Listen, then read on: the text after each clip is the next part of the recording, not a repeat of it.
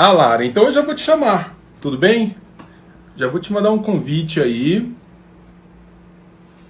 pra gente já começar a mostrar que nós não toleramos Boa atrasos noite. já. Pera lá. Ah, de repente, vê se você me ouve, se todo mundo me ouve, senão eu vou buscar um. Todo mundo te ouvindo bem. Estou te ouvindo bem, tá super tranquilo. Tudo bem, Denis? Como é que você tá, Lara? Qual foi a última vez que a gente se falou? Olha, Foi no ao- vídeo do ao- YouTube. foi no vídeo do YouTube, de vez em quando a gente troca alguma coisa pelo WhatsApp. Um arisóceles. Como é que tá aquele seu marido feio, os Tá filhos, tá logo tudo aqui, bem? ó. Alguém tem que trabalhar, ele tá trabalhando, ó. Tá logo aqui, ó. Fala, nego velho, como é que você tá? Tudo bem? A Beijão, gente, né? agora que acabou essa fase, precisa marcar um churrasco. Sabe que eu tô com uma dúvida? Eu não me lembro exatamente quanto tempo faz que eu fui à sua casa. Acho que a última vez foi antes do negócio do YouTube ainda. Foi, né? Foi antes da pandemia, faz mais de 7, 8 meses isso. É, então, mas não tem um ano. Eu tava tentando lembrar se já tinha um ano, mas não tem um ano. E nós só estamos mais jovens. Olha, eu não sei, assim, a minha cara, eu não posso dizer exatamente, mas você tá Vou te congelada. dizer. É que eu botei uma luz boa aqui e continuo bebendo, então funciona.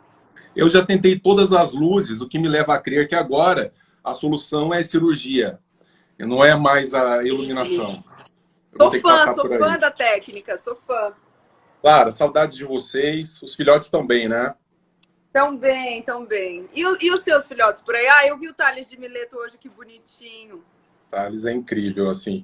Depois que os meus morreram, que os grandões, eu tinha um casal de São Bernardos e um bulldoguinho francês. Depois que eles morreram, e eles morreram assim, muito rapidamente, um atrás do outro.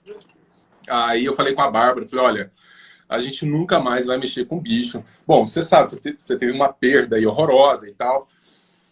Ah, até que uma gatinha aparece na rua, tá aqui, ó. A nossa Ayn Olha lá, Rand. ai, que bonitinha, Randy, olha só. Olha Ela ela. tem rímel, olha lá, ela usa rímel meio borrado. Ela usa rímel, meio gótica. Muito gracinha. E depois a gente aí abriu a porteira e acabou adotando o Thales de Mileto, que é uma figura Tão maluca. bonitinho. E eles se dão bem? Olha, o Thales ainda é muito moleque. E a Ayn Rand, ela é muito docinha, ela é muito cocota. Então eles de vez em quando meio que se estranham. Mas está melhorando, o Thales agora está amadurecendo e tudo. Passando por aquela fase. Adolescência. Lara, queria te agradecer muito por ter aceitado o nosso convite. Claro.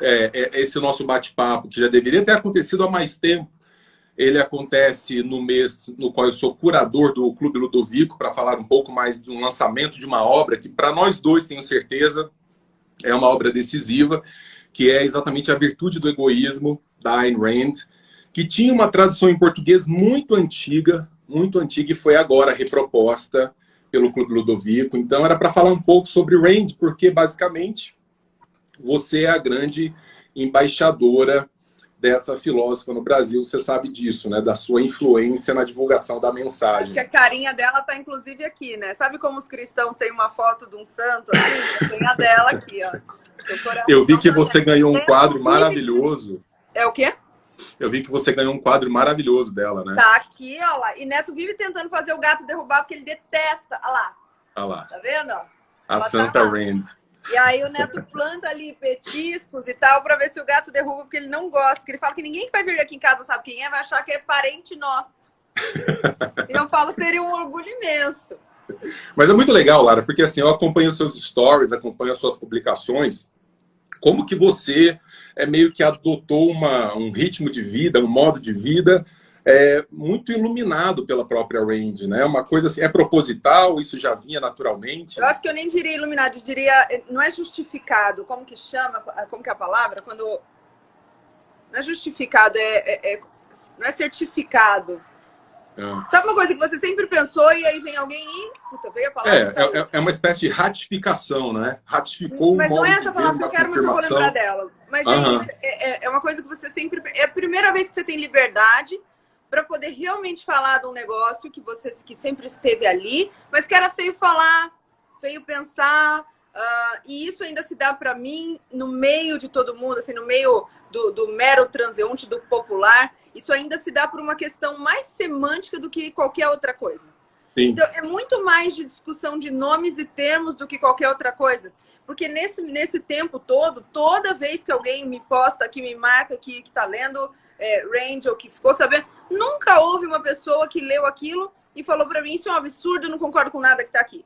Daí eu digo, olha, se todo mundo que lê diz, puta, isso aqui, caramba, eu sempre pensei isso e tal, então o problema tá no nome. Porque na língua portuguesa, a palavra egoísmo tem uma conotação muito ruim. Então eu lembro de uma vez, agora eu não vou lembrar onde, mas de repente eu contando o caso, você vai me dizer onde. Eu lembro de uma vez que teve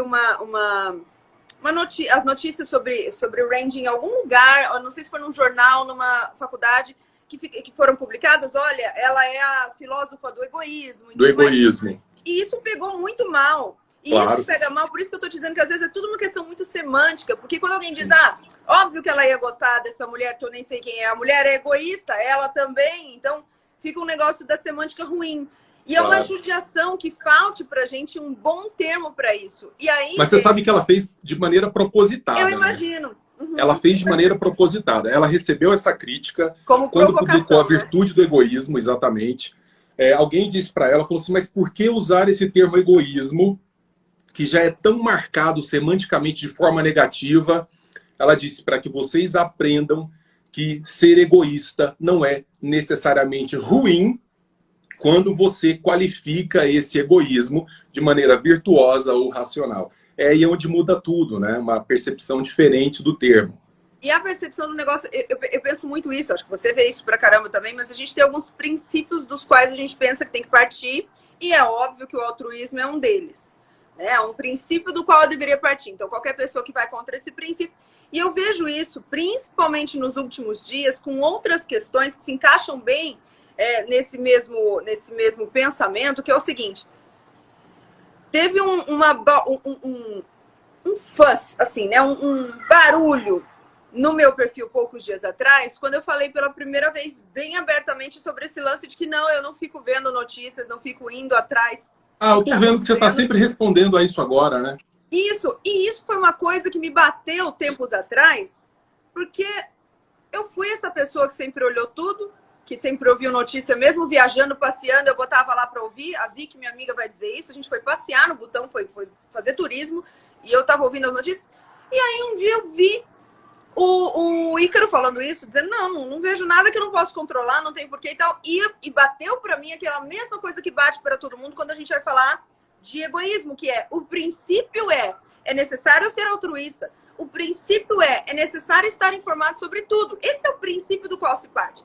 Então, quando alguém diz, não me informa, ou senão quando alguém diz, sim, tem orgulho de ser egoísta, isso não bate no real caso. Bate na semântica, bate no princípio. Então, é muito bacana que a gente veja pela primeira vez as pessoas começando a questionar uma coisa que pode ser só um nome. Porque, no fim das contas, as pessoas se dão conta de que elas também não se importam de verdade. Exatamente. Porque elas, mas na verdade, a Randy diz exatamente esse ponto. Ela diz assim, olha, no fim das contas, a ética do altruísmo, que não é exatamente uma ética de se preocupar com o outro. As pessoas confundem. Porque preocupar com o outro pode fazer parte de um universo de leitura egoísta da realidade. Porque fazer bem para o outro pode ser algo fundamentalmente importante para mim, em primeiro lugar, antes do que para ele, que é o objeto da minha ação. Até porque a coisa da virtude do egoísmo, ou da coisa do egoísmo desse ponto de vista, não significa eu querer que o outro, que é isso que você está dizendo, eu querer que o outro se ferre, porque eu vivo no mesmo lugar que o outro. Então o grande negócio é que o que está escrito na sua xícara, na sua caneca? Jesus te ama porque não convive com você. Porque eu só vi o Jesus e achei estranho. Falei, tem que ter um catch aí. Jesus te ama porque não convive com você. Mas é uma mensagem randiana. Randiana, exatamente. E aí tem isso do tipo, se o outro, se o que está ao meu lado, se ele se ferra, eu me ferro junto, porque a gente vive no mesmo sistema, né? No mesmo... Então, na verdade, é só a semântica. Só chama, só estranha no ouvido, porque tem um nome que a gente aprendeu do princípio a ignorar ou a dizer que é ruim. Mas, na verdade, todo mundo está nessa linha. E tem uma pegada randiana que eu acho que está muito presente na sua vida, consciente ou inconscientemente, Uma vez me pediram para tentar definir a filosofia da Rand assim numa frase. E claro, essas coisas são muito clichês, é sempre muito difícil você definir essas coisas dessa forma. Mas a filosofia da Rand, para mim, é uma filosofia do empreendimento. Rand, a própria vida da Rand é um exemplo de empreendimento. Uma mulher que sai da União Soviética, quebrada, sem um puto no bolso, falava mal e porcamente o inglês, vai morar em Chicago com uns parentes que mal conhecia, sem saber o que ia enfrentar, vai para os Estados Unidos, vai para Hollywood, se torna roteirista e se torna uma best-seller de proporções globais. Nos romances da Rand, isso é celebrado. Né? O Atlas Shrugged, por exemplo, né? o famoso A Revolta de Atlas, tá por aqui, a Bíblia da Rand, né? Tá aqui. Nesse livro, o que você tem é a celebração da figura do empreendedor. Aqueles caras que ela vai dizer naquela frase famosa, né? Esses caras que mudaram o mundo armados apenas com a sua visão. O cara não tem dinheiro. O cara não sabe por onde começar, mas ele tem uma visão, ele tem uma gana e ele quer chegar a algum lugar rompendo com o status quo. E isso também é celebrado na obra não romanceada dela, como essa A Virtude do Egoísmo, sobre o qual a gente está falando. Então é impressionante como que a filosofia da Rand é uma espécie de chamado à realização pessoal antes de tudo. Sim. Você existe, você pode, inclusive, ser medíocre. É uma escolha. Inclusive, simplesmente viver para fazer peso sobre o mundo. Ok. Mas quem cria, quem realiza, quem puxa o curso da história, e por favor, não inveje essas pessoas, porque elas determinam o ritmo da história, é quem realiza. Você é uma empreendedora, Lara. Você tem aqui o seu Instagram, e aí alguém diz assim, essa presença da Lara é muito opressora. Lara é uma mulher bonita, bem-sucedida. O que diz a mentalidade coletivista que ela tanto combate? É importante cortar as perninhas da Lara. Ninguém está pensando assim. O coletivista, ele não está pensando assim. Olha, eu não quero ser exatamente a Lara, mas a Lara me inspira a ser melhor. Às vezes eu não vou ter a barriguinha chapada da Lara, mas eu posso ser mais saudável. Então você tem essas figuras que rompem com o status quo, com a ordem estabelecida e se tornam novos parâmetros. A filosofia da Rand é a filosofia que celebra essas figuras. Que é aquela coisa que ela fala sobre o pessoal ter o ódio do bom porque ele é bom. E eu não sei se você teve chance, mas depois você dá só uma olhadela por cima. Mas hoje, no meu canal do Telegram, eu falei exatamente sobre isso, botando de exemplo a Nativosa.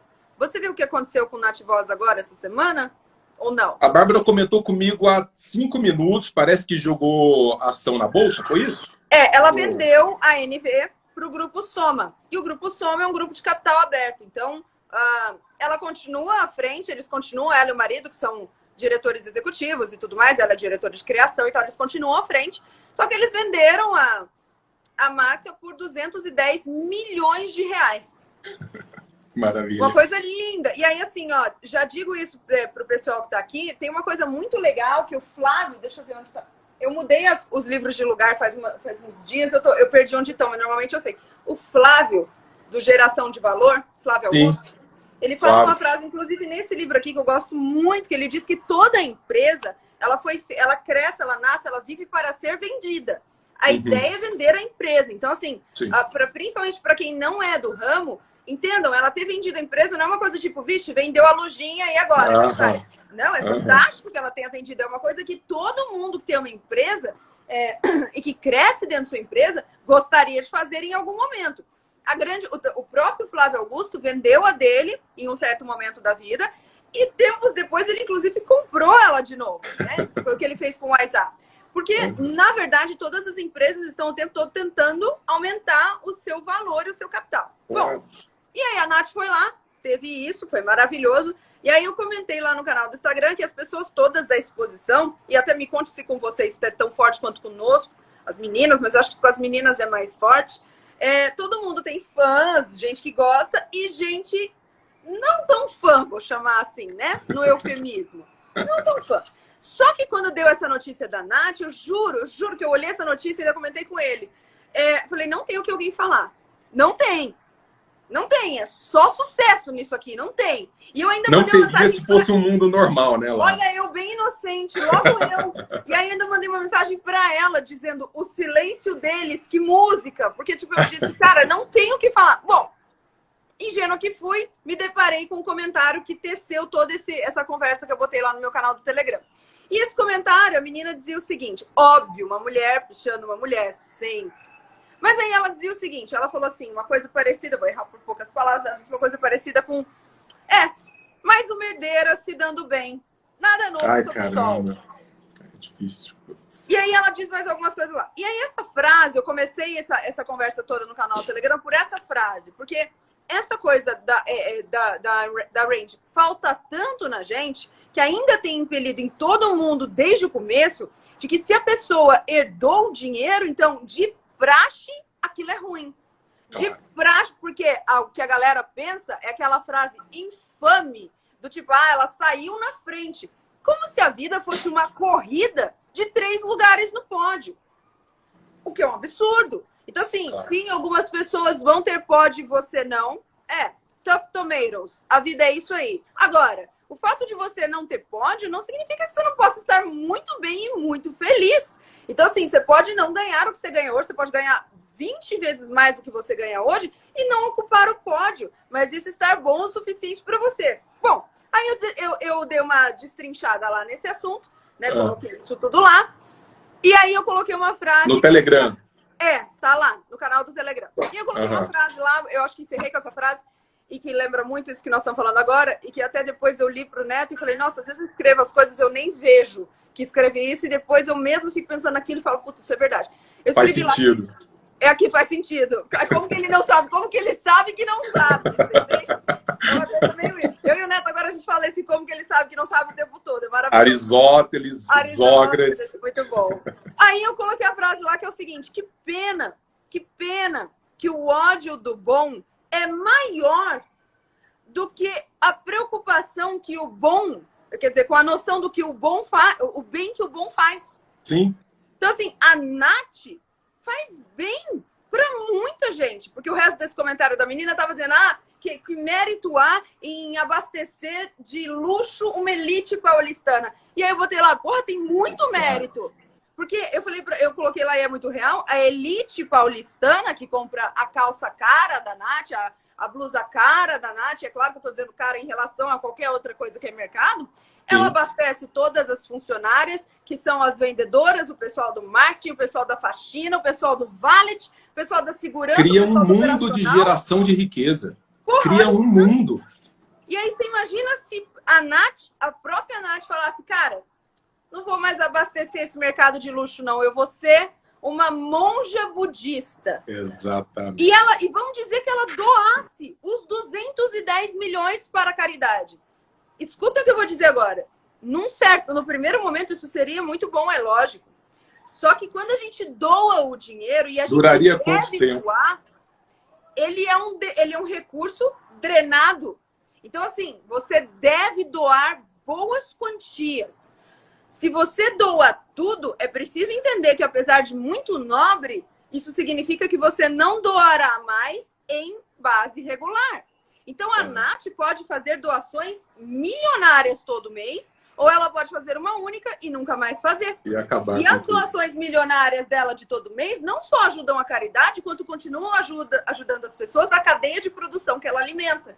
E eu estou dizendo tudo isso, citei tudo isso, porque, como o Denis está dizendo, a Randy é talvez, eu não sei se é a mais, mas na minha visão é a autora que mais, pela primeira vez, santifica o papel da Nath. Porque até então, todo mundo só crucificou o papel dela. Sim. Eu não é? Estou errando em uma colocação. Não, é exatamente isso. Você sabe que existe ali no momento em que a Ayn Rand vive, que ela está ali por Nova York, existia ali um movimento, inclusive, de mulheres liberais, libertárias. Inclusive, tem a famosa Patterson, que escreveu The God of the Machine, que se você não leu, você vai delirar. A própria Ayn Rand fala desse livro como se fosse a Bíblia do pensamento da liberdade. Então, um livro absolutamente extraordinário. Quer dizer, é trazendo um tipo de tese, trazendo um tipo de ideia... Quem escreveu? Patterson. Isabel Patterson. Se eu não estou errando o primeiro nome, The God of the Machine. Você vai ler esse livro, que foi celebrado pela Rand, você vai ficar louca. É um livro realmente fantástico. Isabel Patterson, salvo engano, o primeiro nome é exatamente esse. E aí o Rand vai dizer, olha, o grande problema é que nós estamos vivendo, e aí ela denuncia isso, a era da inveja. A era da inveja. E a era da inveja, ela trata disso muito bem, no romance maior dela, que é A Revolta de Atlas. A gente tem que prestar atenção em alguns termos. O título em inglês desse livro é The Atlas Shrugged. Em inglês, shrug é encolher. Né? É encolher alguma coisa. Então, na verdade, tem um diálogo maravilhoso no livro, no qual um personagem fala para o outro assim, são empresários conversando, falando assim, olha, eu já não aguento mais ter que pagar tantos impostos, ser tão pressionado pelos modelos coletivistas de existência, e eu estou me sentindo um Atlas carregando o mundo nos meus ombros. Aí, o que a gente faz? Ao que o outro responde, a gente encolhe os ombros e deixa o mundo cair. Nessa distopia da Ayn Rand, A Revolta de Atlas, mostra em que medida, Lara, os grandes empreendedores, os grandes inovadores, as pessoas que contam a história, que realizam a história, essas pessoas não podem ser colonizadas. O governo pode chegar, olhar para o seu Instagram e falar assim, esse Instagram ele é interessante, ele é bem lucrativo, vamos estatizar esse Instagram e vamos tirar a Lara de lá. Em quanto tempo eles vão acabar com o seu Instagram? Rapidamente.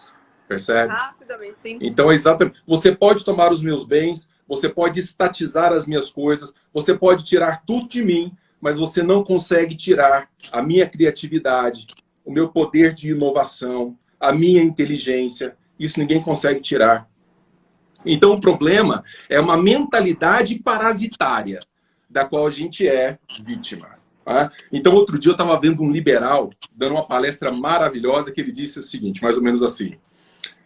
Eu adoro basquete, acompanho o NBA e tem lá o maior jogador de todos os tempos, que é o Michael Jordan. Eu posso treinar, Lara, manhã, tarde e noite. Falando de mim agora, eu sou um cara grandão, tenho 1,91 m, eu posso treinar manhã, tarde e noite, que eu nunca serei o Michael Jordan. Nunca serei. Porque ele tem uma constituição natural propícia, mas mais do que isso, ele está disposto a trabalhar, ele estava a trabalhar muito mais do que eu jamais seria capaz de estar. Portanto, o sucesso dele é algo que se impõe.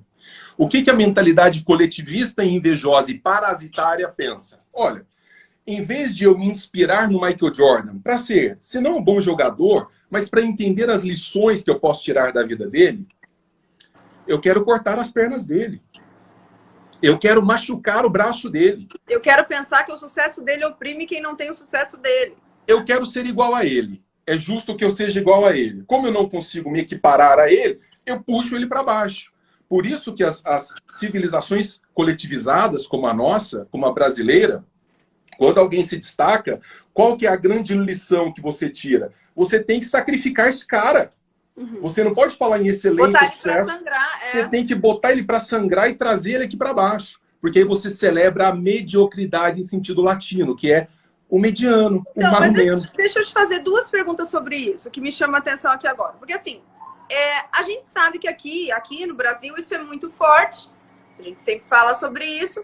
Mas a Rand escreveu tudo isso estando lá na gringa. Tá. E mais, ela escreve, a segunda pergunta, ela escreve tudo isso, não agora, em 2020. Ela escreve milhares, muitos anos atrás. Então, anos 50, anos 60... Pois é, essa cultura, então, ela independe do lugar e do tempo? Claro, sem dúvida, Lara. Mas na verdade, ela é mais forte aqui do que lá.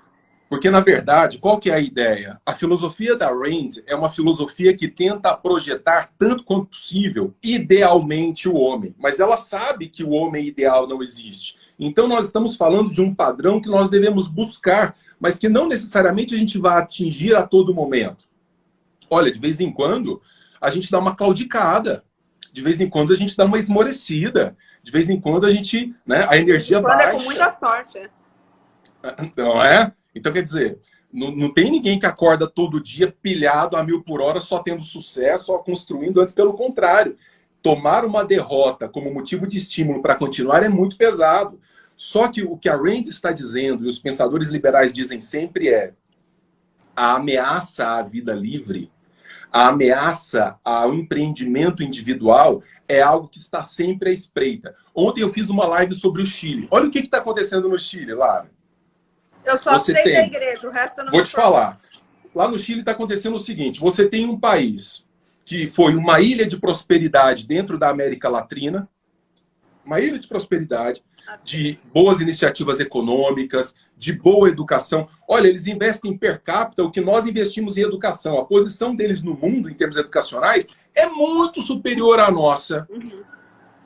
Já fizeram cair a atual Constituição, vão propor uma outra e já estão falando em constituições cheias de direitos. Colocar um direito no papel não faz com que ele apareça magicamente. Magicamente. Alguém vai ter que pagar a merda dessa conta. E quem paga essa conta é empreendedor. Só que quando você encalacra a vida do empreendedor, a conta não fecha, o ciclo não continua. Percebe? Então as ameaças a essa liberdade estão o tempo inteiro. Você está brigando aí o tempo inteiro contra uma mentalidade, não é? O tempo inteiro, mas o tempo inteiro sem descanso. É apagar incêndio do tipo, você apaga um e vem outro. E aí, assim, ó, isso tem prognóstico? Porque você me dizendo que o Chile está nesse caminho. A gente viu, bom, a América Latina, como você disse, toda no mesmo caminho até lá. Poucos cantos se salvam e os cantos que se salvam tendem a cair para lá. Tá, o prognóstico disso é zero? Na verdade, é uma... Enquanto há homens, enquanto há indivíduos, enquanto há ser humano, há desejo de controle. Essa vontade incontrolável de pautas messiânicas, de deixa que eu vou tomar conta para você. Me dá aqui a sua vida, que eu vou conduzi-la. Isso é parte de uma dinâmica muito humana. E, por vezes, muito confortável para quem deseja ser conduzido. E eu não tenho, particularmente, pessoalmente, nada contra quem quer ser conduzido por outro. Só não aceito que me queiram fazer, ou queiram fazer de mim, alguém a ser conduzido. Uhum. Só que como essas figuras que não se submetem ao sistema criam desequilíbrio nesse sistema, você invariavelmente na história vai sofrer com esse tipo. O Ronald Reagan, da nossa querida Ana Paula, né? O Reagan, ele tem uma frase extraordinária. Ele fala assim, nenhuma liberdade que a gente conquista hoje é herdada pelos nossos filhos por questões hereditárias ou genéticas. Nós nunca estamos a mais do que uma geração de perder toda a liberdade que nós conquistamos. Porque há sempre os tiranetes querendo tirar essa liberdade, essa autonomia. Então, quer dizer, o prognóstico a gente não pode parar. O que você faz todo dia, o que eu faço todo dia, e tantos outros fazemos, é necessário diante de uma natureza humana aí, que busca isso que a gente faz todos os dias, Denise, é mais ainda do que do ponto de vista... Entenda o que eu vou dizer. Não é que eu estou dizendo que é mais do ponto de vista prático do que do intelectual. Não é isso. Mas é assim, dado o fato de que a maioria das pessoas não tem um apego, um apreço, eu diria, pela coisa intelectual, quanto mais fácil for para a gente trazer os conceitos filosóficos para a prática, melhor. E isso é o que, na verdade, a gente consegue ver mais ainda. Por isso você consegue dizer para mim que o trabalho que fiz por Ranger é significativo. Porque ninguém me vê como... Porque eu não sou uma pessoa da cadeira acadêmica que é inteligentíssima e tal, como você. Eu sou outro oposto, não é? Do tipo... Você é a empreendedora do mundo. É o oposto. E aí, agora sim, te digo mais. Mesmo dentro do seu nicho, você é o oposto do que o mainstream. Porque eu vou te dizer, você lembra que eu te mandei um direct agora esses dias atrás, falando de uma amiga? Você lembra? Uhum. Eu mandei pra você e falei, minha amiga e tal. Eu nem vou falar aqui qual que é essa amiga, que todo mundo vai saber que é ela, viu? Porque todo mundo sabe. Mas assim, o que ela levou em consideração para falar, putz, eu gosto do Denis, foi justamente o que não é a parte intelectual filosófica. Você lembra do que ela falou, né? Eu não consigo largar o Denis pelos memes. Quer dizer, mas olha a importância disso, a importância do que não importa, sabe? Meme é vida. Você tá lá brincando. Você tá lá brincando, eu tô lá dando um esporro. Eu tô lá gritando porque alguém tá enchendo o saco que meu gato tá pegando um mosquito. E você tá lá brincando com o negócio. Na verdade, para o popular, isso tem mais efeito. Você lembra aquela vez que a gente almoçou, que você falou assim, Denis, toda vez que eu falei do seu livro, que eu mandei seu livro para... Acho que só você comprou uns 2.000 exemplares desse livro e distribuiu. Eu tenho que ficar sem, né? Tá tudo aqui. E você falou assim, Denis, toda vez as pessoas reagem com aquele emojizinho da cabeça explodindo. Isso, na verdade, eu acho que cria um processo. Eu falei disso agora nos meus stories, de dessensibilização. Você vai tirando a sensibilidade de certos temas.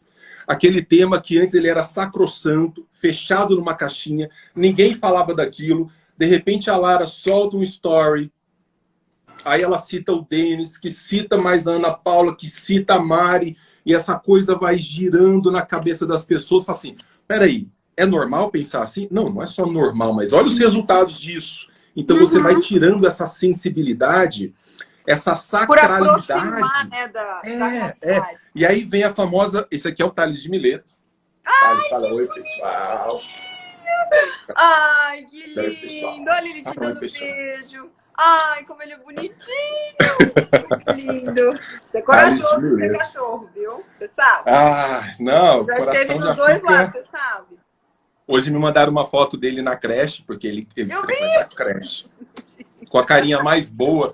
Eu falo, bichinho, tomara que você dure uns 50 anos. A gente vai se apaixonando. A gente vai se apaixonando. Nem me fala. Não tem jeito. Mas então, Lara, a gente vai para aquele negócio que a gente chama, no pensamento liberal, teve um economista que chamou isso de janela de Overton. Você sai de uma tese que ela é muito absurda, muito pesada num determinado momento histórico, e de repente ela começa a fazer parte do cotidiano, aquilo começa a fazer sentido, até no final você tem o povo pedindo uma lei para que aquilo seja implantado como um modelo. Olha, a gente está falando de pouquíssimas décadas atrás. Não é distante. Não, a gente fala em movimento antirracista, por exemplo, você estava doido. Como assim você vai falar que um preto é igual a um branco? Eu estou falando de agora há pouco. Sim. Então, alguém que lá atrás dissesse assim, não, pretos e brancos devem ser tratados em pé de igualdade, o cara fala, você tá maluco da sua cabeça? Você é psicopata. De repente, a gente vai perdendo a sensibilidade para esse absurdo, aquilo já faz parte do nosso cotidiano, até que a gente não aceita mais alguém que defenda não pense isso. Né? Então, esse movimento é importantíssimo. Eu acredito, viu, Lara? Eu acredito que a gente vai dar uns passos importantes. Você tem mesmo um prognóstico positivo? Olha... Eu, assim... Você acredita que a gente... Esquece a questão abstrata. Me responde mais assim. Você acredita que a gente está melhor que 10 anos atrás, não? Acredito. Então você acredita que os próximos 10 também serão melhores? Olha, Lara, eu sou da academia. Eu sou da universidade. Eu vejo lá dentro. Eu fui candidato a reitor de universidade. Eu falei coisas em debate que o cameraman, que é da universidade, ele tirava o olho da câmera assim e olhava assim, esse moleque tá falando isso mesmo no debate para reitor de universidade. A gente tem governador que defende pautas liberais. A gente discute o assunto. É claro que você dá 3 passos para frente, 2 para trás, muito populismo, muita conversa fiada, mas as coisas... Quantos movimentos de liberais... Mas sabe o que é massa? É quando eu entro no Instagram de uma pessoa que fala assim, Denis, eu li um negócio da Lara, eu li um negócio seu, você está mexendo muito comigo. Essa pessoa tem 100 seguidores, 200 seguidores, ou seja, está chegando lá. Está saindo de uma coisa centralizada e está envolvendo a população como um todo. Isso é maravilhoso, isso faz sentido. Quando sai de certos nichos e começa a dissolver. Eu acho isso fantástico. Nisso, nós estamos com 2.700 pessoas. Me pergunto se vocês, 2.700, já leram o livro do Denis. Você sabe, Denis, que até hoje, quando alguém me pergunta por onde começar a ler Range, eu realmente falo pelo Breves Lições. Porque, bom, já te falei isso milhares de vezes, mas não acho que existe um jeito melhor de conhecer do que passando. Só que, e vou te dizer mais, é uma coisa que eu falo para amigas que estão assim, para quem eu dou o livro, que dos 5 mil que eu comprei, todo mundo ganha um, todo Natal, desde o Natal passado. Eu sempre digo o seguinte, para algumas pessoas, de novo, mudei a porcaria da ordem aqui, agora eu não sei onde ele tá. Mas para algumas pessoas, eu até queria achar aqui, porque eu ia... Depois a gente vê. Para algumas pessoas que não estão muito... Porque é diferente de vocês que estão aqui. A galera que está aqui, claramente está Já interessada por esse assunto, beleza? Claro. Comecem do começo, vão até o final, vocês vão se esbaldar. Agora, para uma pessoa que não está ainda familiarizada, aquela minha amiga, por exemplo, que eu te falei e tal, você sabe o que eu escrevi na dedicatória do livro dela? Eu escrevi para que ela... Quando a gente estava conversando e tal, ela disse para mim, olha, eu ainda não estou pronta. Aí, quando eu fui dar o livro para ela, eu escrevi para quando estiver pronta. Fique tranquilo, vá no seu tempo. Para quem não está pronto, para quem não conhece, então, se vocês que estão vendo a live forem dar de presente para alguém e tal, e saibam, isso é importante, de repente você fala, olha, faz o seguinte, começa aqui do mais pro meio, que é onde começa a filosofia dela. Mas não cita o nome filosofia, que é ruim. É ruim para quem ainda não está adaptado. Parece assim, que é um ó, trem elitizado, o negócio. Fala para a pessoa, não começa pela história dela. Por que não? Porque a pessoa vai querer voltar depois. Porque quando você começa a ler a ideia, nós vamos chamar de ideia, esquece o nome filosofia, você fala, cara, mas onde que ela, como assim? Qual que é o background dessa mulher para... E aí é importante demais, porque daí a gente volta lá no começo e fala, putz, ela tá falando de um troço que a gente vê na TV ou leu no livro, mas ela fucking viveu. Ela viu a farmácia do pai dela ser tomada para ser distribuída. Então, assim, porque isso vai acontecer naturalmente, gente, porque a hora que você lê a ideia, você fala, não, pera, ou ela tá muito louca ou ela tem muita razão. Deixa eu entender por que aí você volta. Então, quando vocês derem de presente, orienta a pessoa isso. Fala, marca para ela a página, fala, ó, começa daqui, lê uma ideia por dia. Se você achar que vale a pena, você retorna aqui e lê a história. Porque o livro está na ordem perfeita, porque ele não poderia ser diferente. Tem que começar explicando quem ela é. Mas para quem não entende isso, é legal começar pela ideia que cativa a pessoa. E os que não leram, pelo amor de Deus, vocês estão de brincadeira, precisam ler. E aí agora eu queria te perguntar uma coisa. Terminamos de ler o Breves Lições, tá? Estamos aqui e terminamos. Beleza. Sim. Você gosta da ideia da pessoa do Breves Lições ir para qual? Direto para o Revolta ou você gosta de outro? Ó, eu até separei aqui para indicar mais ou menos uma ordem. Boa! Leu esse livrinho, tá aqui, ó, né? Esse é o livro. Breves Lições, que inclusive, muito pela sua influência, virou um best-seller, viu, Lara? Eu não sei se você viu isso. Sério? Virou um best-seller. Achei o meu aqui, eu quero te mostrar a cor que ele tá, de tanto que eu pego. O Thomas Sowell também virou um best-seller e a gente tá assim, tá uma loucura o negócio. Mas o que eu digo? Eu digo assim, ó, Rand escreveu a filosofia dela por meio de romances, fundamentalmente, e mais para frente ela vai consignar essa filosofia num livro não romanceado, que é exatamente A Virtude do Egoísmo, que o Clube Ludovico está lançando esse mês. Então eu sugiro assim, ó, dá uma lida no Kant, dá uma livro curtinho, pique-titico, para já dar uma sacada do ponto de vista vamos dizer, da construção distópica dela, ficcional, como é que essa filosofia se inclui. Depois eu diria, vem para cá, A Nascente. Esse A Nascente, ele não é... Deixa eu ver, vira ele. Ele não é A Nascente mesmo, né? É A Nascente. Ué? É. Ah, o meu é uma edição muito antiga. É uma outra edição. Esses livros, eles receberam diversas roupagens na tradução para o português. Depois, clássico, A Revolta de Atlas. Esse daqui você vai ter que tirar, assim, um tempo. Esquece a ideia de ler esse livro de uma vez, viu, gente? Porque isso assusta. Vai de pouco. Lê ele com o outro, tá tudo bem. Eu sempre falo isso para as pessoas, viu, Denis? Mas, ó, eu sempre penso, na escola eu estudava 12 matérias. Porra, eu não posso ler 2 livros ao mesmo tempo? A merda, lógico que eu posso. Então pega ele, cansou, passa no outro, volta nele, vai assim. As pessoas querem velocidade, Lara. Não é velocidade. Não adianta os caras falarem assim, Denis, mas se eu ler toda essa história... Cara, não adianta você tentar entender 30 filósofos, mais ou menos, se você pode entender 2 bem. Um bem, vai fazer um efeito muito melhor na sua vida. Então, filosofia, especulação, pensamento não combinam com pressa. E a qualquer momento, no meio desse processo de leitura, olha isso aqui. Então, gente, tá lindo demais. Esse livro ficou maravilhoso. Só que tem uma coisa, essa edição ela é exclusiva do Clube Ludovico, então tem que ser assinante. Você vai receber, se não recebeu aí hoje, vai receber amanhã. Ainda não, mas tô ansiosa. Tem o box, tem um boxzinho com um broche. Ai, caramba, eu não sei cadê o brochezinho. Sabe o brochezinho que tá na capa? Aqui, ó. Sei, mentira que meu brochezinho. Vem o brochezinho. Mentira! Ele é muito opressor. Tem caixas aqui, mas essa não veio, tenho certeza. Não, acho que é... tá aqui, ó. A Bárbara tá me entregando. Dá uma olhadinha no brochezinho. Não acredito! Aí. Ai, muito opressor, amei. Muito opressor. Tem um imãzinho da geladeira, muito legal, que é assim... Cara, o imã da geladeira do mês passado eu achei demais! Nossa, não tinha lido antes, é muito... A frase do imã da geladeira com a Ayn Rand olhando assim, fala, ignorando a realidade? Mentira!